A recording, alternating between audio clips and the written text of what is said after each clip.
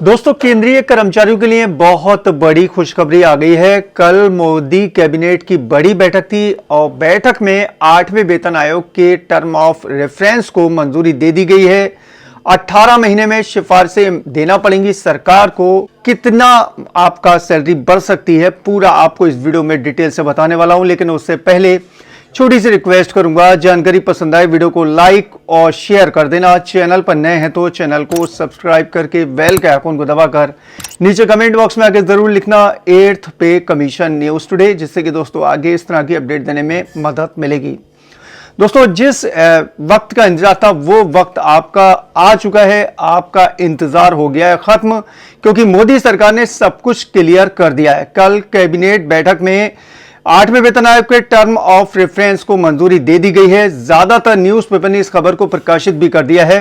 मैं आपको समझाने के लिए अमर उजाला न्यूज़पेपर की कटिंग स्क्रीन पर जूम करके दिखाता हूं ताकि आपको अच्छे से समझा पाऊं।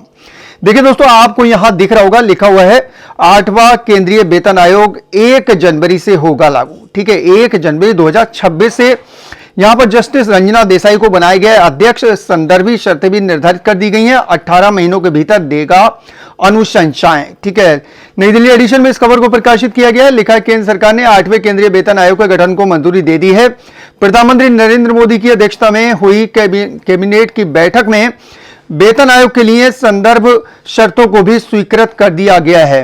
1 जनवरी 2026 से इनके लागू होने की संभावना है। आयोग अस्थायी निकाय होगा। आयोग की अध्यक्ष सुप्रीम कोर्ट की पूर्व जज जस्टिस रंजना प्रकाश देसाई, प्रोफेसर पुलक घोष सदस्य होंगे और पंकज जैन सदस्य सचिव होंगे।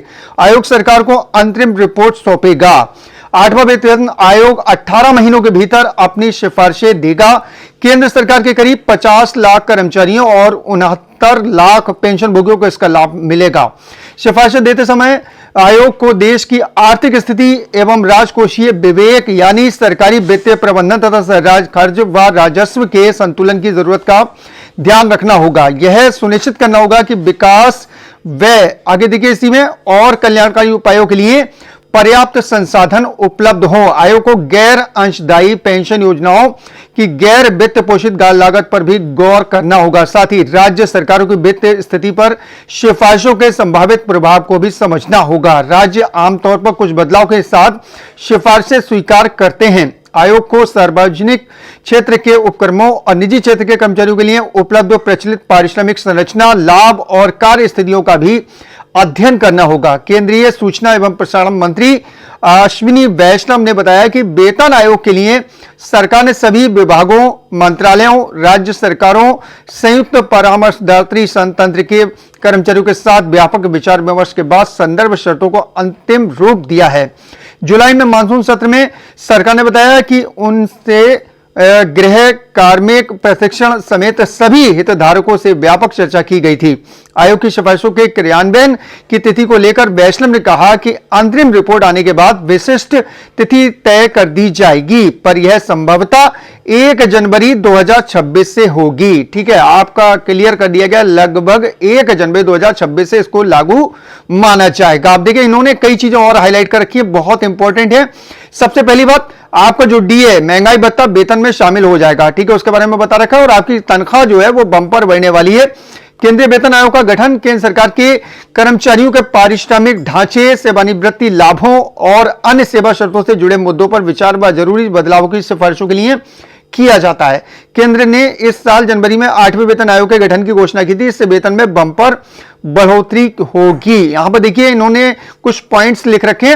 नए वेतन में मौजूदा महंगाई भत्ता, आपका जो मौजूदा महंगाई भत्ता है डीए है, वो मिला दिया जाएगा, मर्ज कर दिया जाएगा। ठीक है, डीए का मर्जर आपके बेसिक सैलरी में हो जाएगा।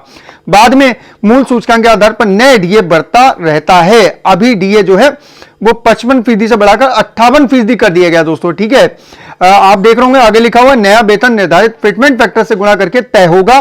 फिटमेंट फैक्टर महंगाई और जीवन लागत पर आधारित सूचकांक है।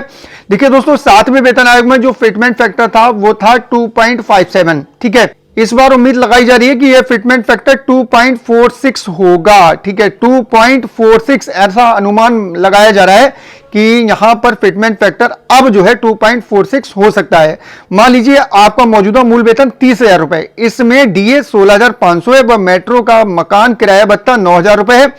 2.46 फिटमेंट से मूल वेतन को गुणा करने पर नई तनख्वाह आपकी 73,800 रुपए होगी। शहर के वर्गीकरण के हिसाब से मकान किराया भत्ता अलग होगा। अब देखिए इन्होंने यहां पर अब देखिए दोस्तों, इन्होंने यहां पर हाईलाइट कर रखा है 1 जनवरी 2016 से लागू हुआ था 7वां वेतन आयोग, उसके बारे में बता रखा है। 7वें वेतन आयोग की सिफारिशें 1 जनवरी 2016 से लागू हुई थी। इसका ऐलान फरवरी 2014 में हुआ था। संदर्भ शर्तें मार्च में तय हुई, नवंबर 2015 में रिपोर्ट आई और जून 2016 में सरकार ने मंजूरी दे दी।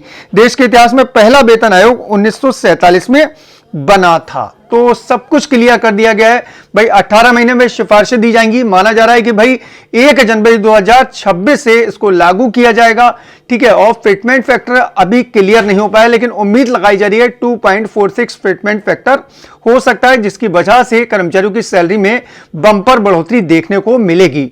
8वें वेतन आयोग से रिलेटेड कोई भी अपडेट आएगी आपको पहुंचाता रहेगा। आप लोग कमेंट बॉक्स में आकर अपनी भी राय दें। आपके हिसाब से आपको क्या लगता है फिटमेंट फैक्टर कितना हो सकता है, जरूर लिखिएगा। जानकारी पसंद आई हो वीडियो को लाइक और शेयर कर दें।